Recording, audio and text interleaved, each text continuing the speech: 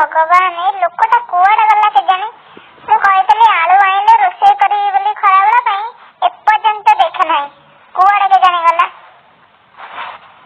आ केते समय अपेक्षा करिवि रोषेई करिवि मु केते बळे रोषेई करी मो मुंड किछि माने काम करूनी कुआडे गला केजानी कुआडे बुलिया को जाईची कि कोन अरे कुआडे जाइतला तम कहितली आलू आनिबा पई दे आलू आनि जदेला मु रोषेई करिवि काई आलू तो तुम हाथ रे देखा जाउनी तुम खाली हाथ रे बना हिजा हां आलू तो दुकान में मिलियो से बाजे कथा मो आगे कुआनी तमु परा कहितले मु आलू आनि के आसीबा पई तमे मते केतल कह आलू आनि के पई तमे तो घर जा टिके पछड़े बुले की आसा देह भल रहइबो हे भगवान मो मुंड खराब कर देबो पुणी भूली गला मु कहितली आलू आनिया पई कहू मु बा कहितली ताको बुलिया पई मुंड खराब कर दो एटा एबे 5-10 मिनिट तळे कहितली आलू आनिया के भूली जाउची माने मो को दिन मते भूली जीवो को दिन त छुआ पिला को भी भूली जीवो को दिन बा हेतला कि काहा को बादला से कथा भी भूली जीवो कोन करी देखो एते भूला मनिषा ये केता बळे निज ना भी भूली जीवो माने मो आखी सामने रो पड़ाओ एठी रुहाने हला हां हां तने जे गोटे घरे चाकर चाकरी करता है ताको केतल कह आसिया पई केतल उठिया पई आ मते तमे कह जिया पई हो ठीक है पई मोर चाकर ना मैं मते जेतल तमे रखले जेतल बाहर कर परिबो हां ये कौन कहले चाकर फेरी चाकर की आ कहा कहछ मते तो कहछ हां जिया पई मोवा तो घर चाकर माने आसिया पई जिया पई सब काम पई सब कहछ हे भगवान पुणी भूली गला को मु संभाली छाड़िबि नहीं मो आखी सामने रो एठु बाहर एठु हाँ मालिकानी हाँ तमे कहले माने बाहर जाऊ चला चला मो ये गाँ को केते भी आसबे नहीं जाऊ से गाँ छाड़ी पलैबी आ केते भी आसबे नहीं आज मो मुंडा पूरा खराब करदेले चा पिया बोलने जे मो मुंडा खराब करदेले मत जो बेजित करती ना कहा को छाड़ी नहीं आ बड़ी घरे तो मारे देलाई ये बाटरे सोई निजे बेड भाभी रोड सोई पड़ी ना हो भाई हो बाटरे का तुम बेड भाभी सोई पड़ते ना कौन रास्ता रे मु आसुते बंचीगल ना ट्रक को आसते ऊपर चढ़ी जाता एति मन रख मु आसते हाँ से उठा तनी देखला कौन कहे निरे खराब कर ऐसे उठे चला और टे सही बसले ना पछे उठे जाता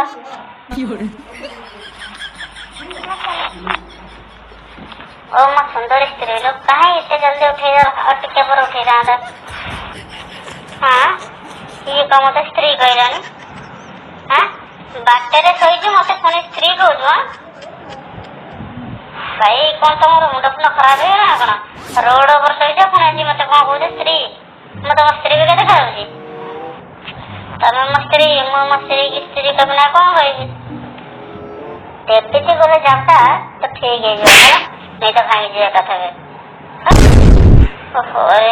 जाता का माइला मो रोड शोची हाँ मु जानी नथी रोड बोली अरे भाई तुम किए हाँ मु तो जाने तुम किए मुझे कौन कर अरे भाई मोर टे बुलिया गुणटा अच्छी तो मो स्त्री मत घर मत बाहर कर से पलि रोड सही कर सॉरी भाई सॉरी मत भी आम गाँ लोक साई पड़ीसा दुकान वाला मो सांग साथी समस्ते मजा कर मो सहित मु भी मो गाँ छाड़ी पलि आसी ହଉ ହଉ ଭାଇ କିଛି ଟେନସନ ନିଅ ନାହିଁ, ଚିନ୍ତା କର ନାହିଁ। ଆଜିଠାରୁ ଆମେ ଦି ଜଣ ଯାକ ସାଙ୍ଗ ହେଲେ ହେଲା। ହଉ ହଉ ତମେ ଟେନସନ ନାହିଁ, ଆମେ ଦି ଜଣ ମିଶିକି ଘର ଘର ବସି ଚୋରି କରିବା। ବହୁତ କିଛି ଧନ ସମ୍ପତ୍ତି ଲୁଟି ନେବା ଆଉ ପଇସା ବହୁତ ଲୁଟି ନେବା ଆଉ। ତାର କଣ କହୁଛ? ହଉ ହଉ ଚାଲ, ଠିକ କଥା କହିଛ ଭାଇ। ଚାଲ ଆମେ ଅଲଗା ଗାଁକୁ ଯାଇକି ଆମ ଚୋରି କାମଟା ଷ୍ଟାର୍ଟ କରିଦବା ହେଲା। ହଉ ହଉ ଠିକ ଅଛି ହେଲା। ମୋ କଥା ଯେମିତି ମାନିବ ସେମିତି ଫଳ ପାଇବ ହେଲା। ଟେନସନ ନବନି, ଆମେ ହେଲା ଦୁଇ ସାଙ୍ଗ। ଆସ ଭାଇ ଆସ, ମୋ ସାଙ୍ଗରେ ତମେ ଆସ। ଆର ଗାଁକୁ ଯାଇକି ଆମେ ଲୁଟି ନେବା ପଇସା ଧନ ସମ୍ପତ୍ତି ସବୁ, ନହେଲେ ରାତି ହେଇଯିବ ଆମେ କିଛି ଜାଣିପାରିବାନି। ଏବେ ଟିକେ ଆଉ ଦିନ ଅଛି, ଏଇ ଦିନରେ କଣ କରିବା, ସବୁ ଘର ଘର ବସି ଦେଖିବା କାହାର କଣ ଅଛି, ତାର ରାତି ଅଧା ଯାଇ ବସିକି ଚୋରି କରିବା। ହଉ ଭାଇ ହଉ ଚାଲ ଚାଲ ଚାଲ, ଜଲ୍ଦି ବି ଦେଖିବା ମୁଁ ରାତିରେ ଆମ କାମଟା ଷ୍ଟାର୍ଟ କରିଦବା। ଆରେ ଭାଇ ମତେ ଜୋରରେ ଭୋକ କଲାଣି, ଭୋକ ତ ମତେ କଲାଣି।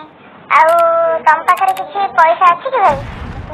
ଆରେ ଭାଇ ଭୋକ ବେଳେ ପଇସାର ଏଥିରେ ସମ୍ବନ୍ଧ କଣ? ଭୋକ ବେଳେ ତ ଭୋଜନ ଖିଆଯାଏ, କଣ ପଇସା ଖାଆନ୍ତି ନା କଣ? ହେ ମୂର୍ଖ କୋଉଠିକାର, କଣ ଖାଇବା କଣ ମାଗଣାରେ ମିଳିବ ନା କଣ? ପଇସାରେ ମିଳେ ପଇସାରେ। ଆରେ ପଇସାରେ ମିଳେ ପଇସାରେ, ବୁଝିଲ ନା ନାଇଁ?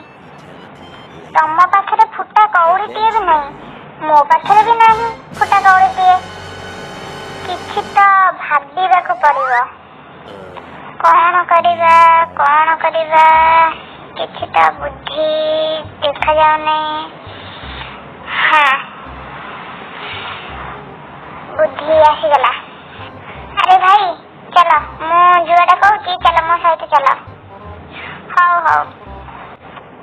ଆରେ ମଉସା ଆଉ ଆମେ ଦି ଜଣ ବହୁତ ଦିନ ହେଲା ଖାଇନୁ, ଆମକୁ ଜୋରେ ବହୁତ ଜୋରେ ଭୋକ ଲାଗୁଛି, ଆମକୁ କିଛି ପଇସା ଦିଅ ଆମେ କିଣିକି ଖାଇବୁ। ଆରେ ତୋ ପଛରେ ଯିଏ ଠିଆ ହେଇଛି ସିଏ ତ ସୁସ୍ଥ ସବଳ ଜଣା ପଡୁଛି, କାମ କରିକି ଖାଉନ।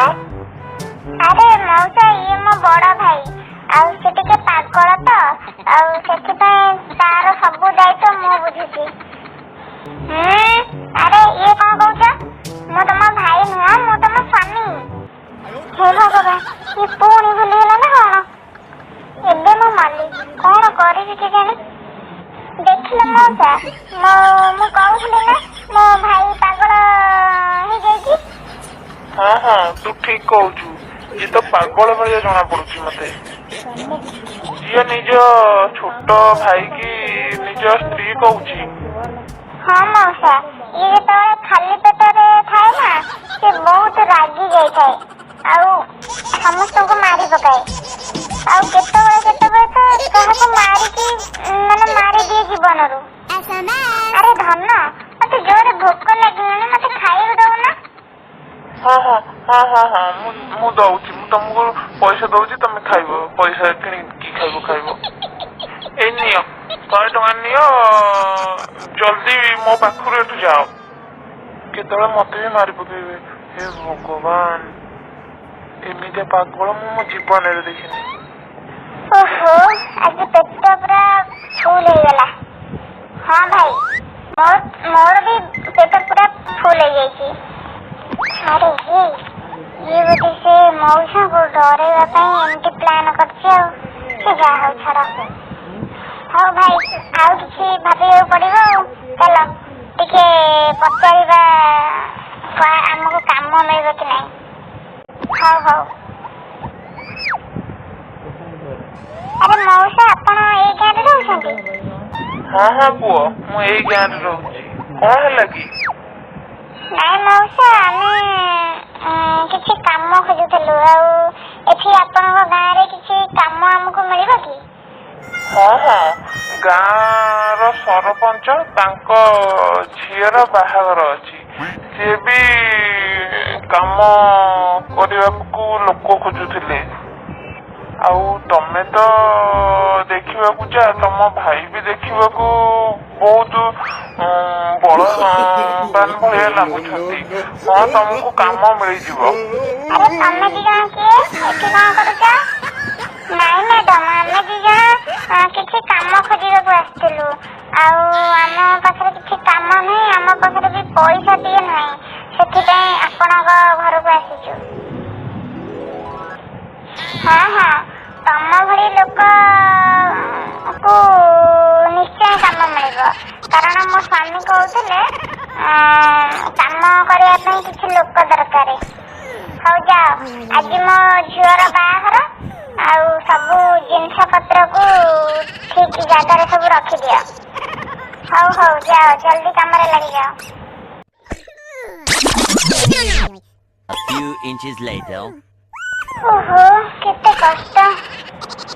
ହଁ ଭାଇ, ବହୁତ କଷ୍ଟ। ଆରେ ଭାଇ, ତତେ ମାନିବାକୁ ପଡିବ। ତୁ ଯୋଉ ସେ ମଉସାଙ୍କୁ ଭଣ୍ଡେଇକି ପଇସା ନେଇ ଆଇଲୁ, ମାନିବାକୁ ପଡିବ। ମୁଁ ତ ଭାବିଥିଲି ତୁ ପୁଣି ପାଗଳ ହେଇଗଲୁ କି କଣ। ଆରେ ଇଏ କଣ କହୁଛୁ? କୋଉ ପଇସା, କୋଉ ମଉସା, ମୁଁ ତ ଜାଣିପାରୁନି। ଆରେ ହଁ ଯେ, କିନ୍ତୁ ଆମେ ଏଠି କଣ ପାଇଁ କାମ କରୁଛେ?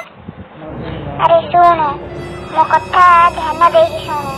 ଆଜି ହଉଛି ଗାଁର ସରପଞ୍ଚ ତାଙ୍କ ଝିଅର ବାହାଘର। ଆଉ ଆଜି ତାଙ୍କ ବାହାଘର ମାନେ ତାଙ୍କ ଘରେ ପ୍ରବଳ ସୁନାର ଟଙ୍କ ଆଟାଜି ଥବ। ସୁନାର ଆଟାଜ ଆଉ ଟଙ୍କ କୋଉଠି ଅଛି ତାକୁ ଜାଣିବାକୁ ମୁଁ ବଳପୂର୍ବକ ଚେଷ୍ଟା କରିବି। ସେଥିପାଇଁ ମୁଁ ଏଠି କାମ କରିବାର ନାଟକ କରୁଛି। ଆରେ ତାହେଲେ ତୁ କଣ ସୁନାର ଆଟାଜି ଆଉ ଟ୍ରଙ୍କ ପିନ୍ଧିବୁ ନା କଣ? ହେ ଭଗବାନ, ପାଗଳ କୋଉଠିକାର। ଆରେ ଆମେ ସୁନାର ଆଟାଜି ଆଉ ଟ୍ରଙ୍କ ଚୋରି କରିବା ପାଇଁ ଆସିଛେ, ଆଉ ସେସବୁ ନେଇକି ଆମେ ଏଠୁ ପଳେଇବା, ଆଉ ସହରକୁ ଯାଇକି ଅଧା ଟଙ୍କା ବାଣ୍ଟି ନେଇଯିବା। ଆଉ ତାପରେ ତୁ ତୋ ବାଟରେ, ମୁଁ ମୋ ବାଟରେ। ଆରେ ତମେ ଦି ଜଣ ଆସିଗଲ।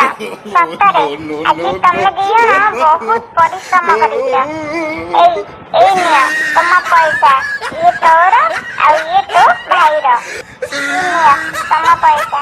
ଆରେ ଯୋଉଠି ସବୁ ଜିନିଷ ପତ୍ର ଅଛି ମୁଁ ତାକୁ ସବୁ ଦେଖିଦେଇଛି, ଆଉ ମୁଁ ବାହାରେ ଠିଆ ହେବି, ତୁ ସେ ରୁମ୍ ଭିତରକୁ ଯିବୁ, ଆଉ ସେଇଠୁ ଆଟାଜି ଆଉ ଟଙ୍କ ଧରିକି ପଳେଇ ଆସିବୁ, ବୁଝିଲୁ?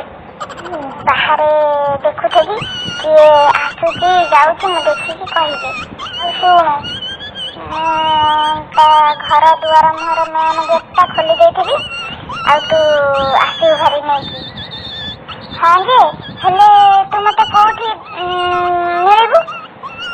ଆରେ ମୁଁ ସେଇ ଦୁଆର ମୁହଁ ପାଖରେ ଠିଆ ହେଇଥିବି, ଆଉ କିଏ ଆସିଲେ ମୁଁ ଧୀରେ ସେ ହୁଇସିଲ ମାରିବି, ବୁଝିଲୁ?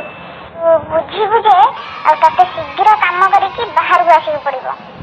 ହଉ ଠିକ ଅଛି। ଆଉ ତୁ ଏବେ ଯା, ମୁଁ ଏଇଠି ବାହାରେ ତାଙ୍କ କବାଟ ଖୋଲିକି ଏଇଠି ଠିଆ ହେଇଛି, ବୁଝିଲୁ? ଆରେ କୋଉଠି ସବୁ ଜିନିଷ ରହିଛି, କାଇଁ ମୁଁ ତ ପାଉନି। ଆରେ ମୁଁ ଏଠି କଣ କରୁଛି କେଜାଣି? ମୋ ସ୍ତ୍ରୀ କୋଉଠି କଣ ରାତି ଅଧରେ ମତେ ପଠେଇ ଦଉଛି, ମୁଁ କିଛି ବୁଝିପାରୁନି। ଆରେ ଇଏ କଣ ହେଲା? ମୋ ସ୍ତ୍ରୀ ମତେ କୋଉଠି ପଠେଇଲା, ଯୋଉଠି ମୁଁ ଚିହ୍ନିନି ଜାଣିନି। ମୁଁ ଏଠି ଫସିଗଲି, ମୁଁ କୁଆଡେ ଯିବି, ମୋ ବୁଦ୍ଧି ବାଟ କିଛି ଦେଖାଯାଉନି। ଆରେ ହେ, ମୁଁ କୁଆଡେ ଆସିଥିଲି? ଆରେ ଭାଇ ଆସିଲୁ। No.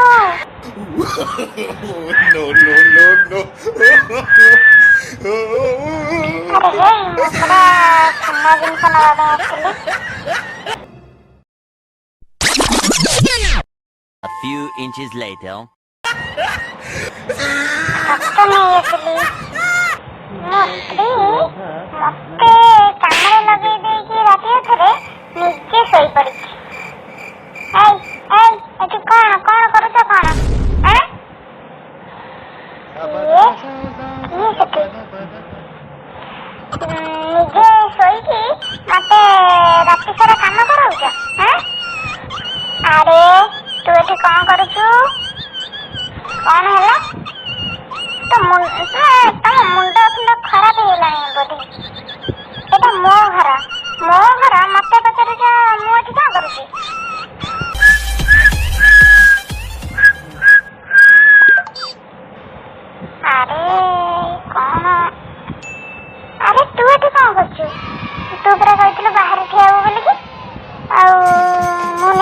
ବ୍ୟାଗଟା ଯେ ଚାଲ ଯିବା ବିକିକି ପଇସା ନେଇଯିବା। ଆରେ ହେ ମୁଁ ଏବେ ବୁଝିପାରୁଛି ଇଏ ଏଠିକି ଚୋରି କରିବାକୁ ଆସିଛି ନାଇଁ। ଆରେ ରଘୁ ପଦୁ ବଂଶୀ ଦୌଡ଼ି ଆସ। ବାହାରେ ଗୋଟେ ଚୋର ଅଛି ତାକୁ ଧରିକି ଆଣ ମୋ ସାମ୍ନାକୁ। ଆମେ ଧରି ନେଇଛୁ ଦେଖନ୍ତୁ। ଆରେ ମୋ ସୁନ୍ଦରୀ ସ୍ତ୍ରୀ ତୁ ଏଠି କଣ କରୁଛୁ? ଆଉ ତତେ ଏମାନେ ଧରିକି ନେଇ ଆସିଛନ୍ତି? ହେ ଭଗବାନ ଏ ମୂର୍ଖ ପାଗଳ ମୋରି ଭୁଲ ଆକୁ ଏଠି ମୋ ସହିତ ଆଣିକି ଏତେ କଥା